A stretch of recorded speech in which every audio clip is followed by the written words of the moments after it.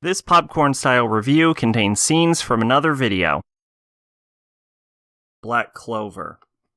Now, Black Clover is an interesting series to talk about.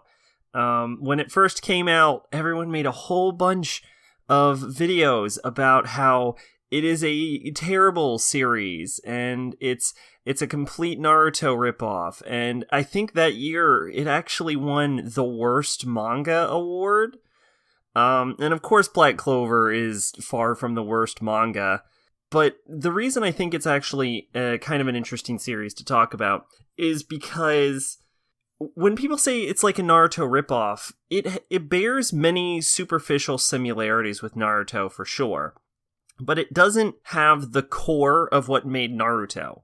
And if you'll indulge like a simile here for a minute, I would say that if you think of like a genre or like a series of cliches and tropes as sort of a skeleton for a work, like the shonen formula as the skeleton, and then you have things like characters, plot, setting, motifs, themes, ideologies as the meat and skin and various organs of what would make up a work, then Black Clover is kind of just a skeleton. It doesn't really have anything that makes it truly unique or original or its own.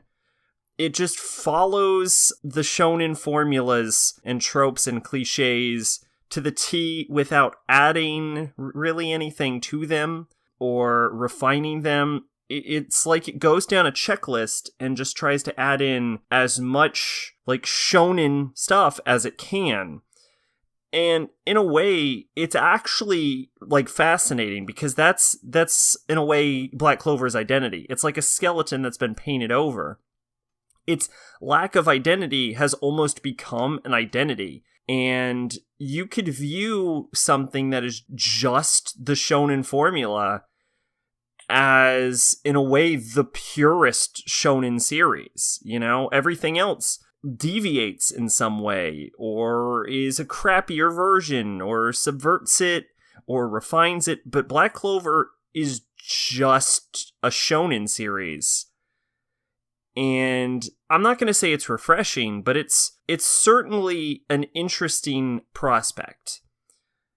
And I can actually appreciate that Black Clover, at the very least, doesn't try to be more than it is or pretend it is more than it is. It doesn't even seem to have any interest in trying to be more.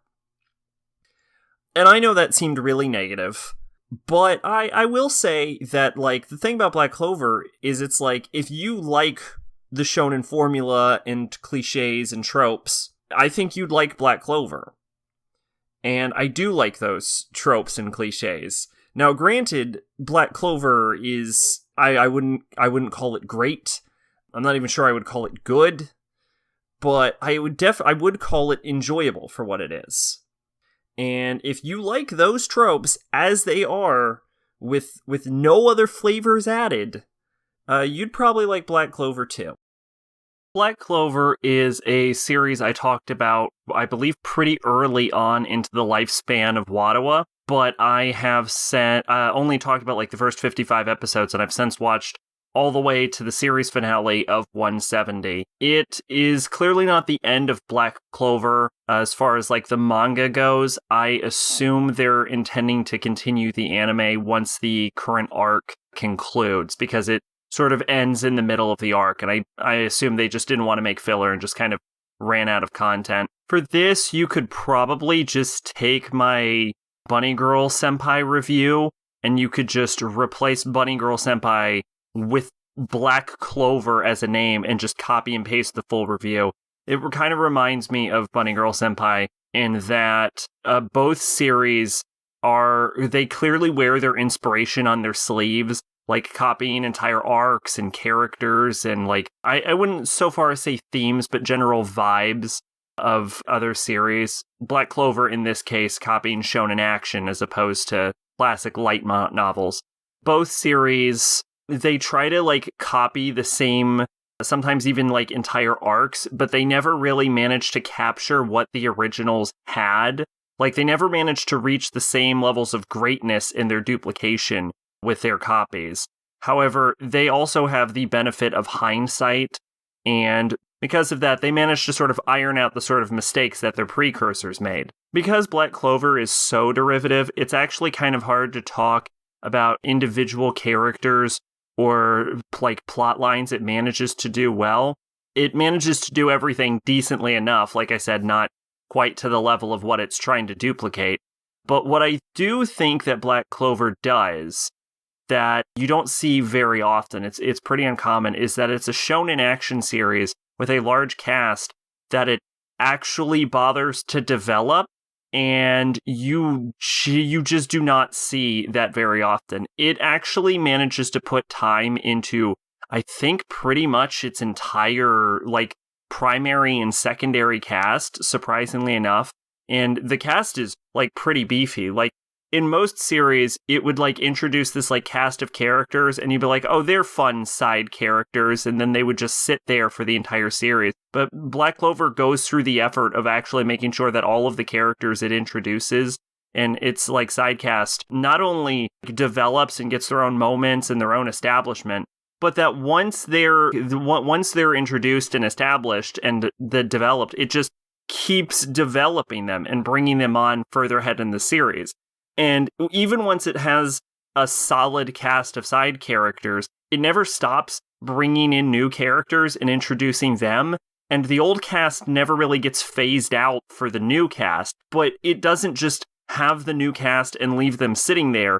It will then start developing the new cast while also bringing the old cast forward and developing them, which is fairly impressive. It'll do this thing where it'll introduce a bunch of characters and you'll assume that they're completely pointless and you'll never see them again and they only matter for like a brief amount of time. Especially really early in the series, there's a bunch of characters that you assume are just going to be like side characters that won't matter. But like later on in the series, I won't name names, but some of them died.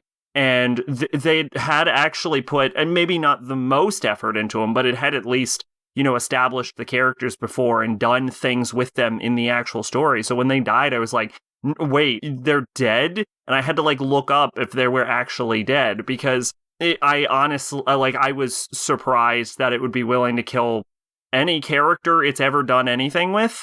You don't really see that too often either, but it only sort of does that towards the later episodes, and I think only in that example. Black Clover is not the kind of show where it just stacks up corpses. But it is a show that genuinely cares about its side cast and developing them and bringing them up with the story. I mean, I don't think anything probably speaks to its credit more than it is probably the only shonen action series I know of with a male lead where its heroine surpassed the protagonist in popularity.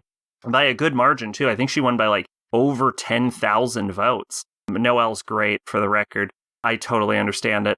So is Asta. He grows on you, believe it or not. He seems fairly generic at the beginning, but there is some flavor to his personality, even though in later parts he starts looking like an angry thumb. But yeah, what Black Clover manages to do with its cast of likable characters, that it actually puts effort into making them stronger, keeping them relevant, developing their personalities, is really impressive. To sort of speak further to that point, the one arc that I actually can talk about that I don't think I've seen in any other series except for maybe glossed over in One Piece. I think One Piece is probably the only other thing I can distinctly think of off the top of my head that did this, was Black Clover had a arc. It was a training arc, but instead of focusing on the main character learning a new technique or some bullshit, it's the main character's training, and then we ignore the main character, and it goes on to show that, all of the characters have 6 months to train. So it goes on to show other side cast members and what they're doing during the 6-month period to get stronger. And it's probably my favorite arc of the whole show, is this training arc where you get to just see the side cast on their own, developing their own skills, completely divorced from the main character. It's actually really interesting. And what's more impressive about Black Clover is that after 170 episodes, there's some ups and downs in quality for sure. I think the Elf arc went on a little bit long, and I wasn't super feeling the start of the Spade arc. But what is important to note is that after 170 episodes, it doesn't really feel like Black Clover is declining in quality. In fact, I would argue that the last 5 or so episodes of the show were downright great, actually. If anything, it might be getting better as it goes along, which is impressive in its own right. Black Clover is maybe not like a perfect masterpiece, but it is a decently good show and better than My Hero Academia. Twitch and Discord in the description. I've been Sacrobolic, your envoy of hope. Bye-bye.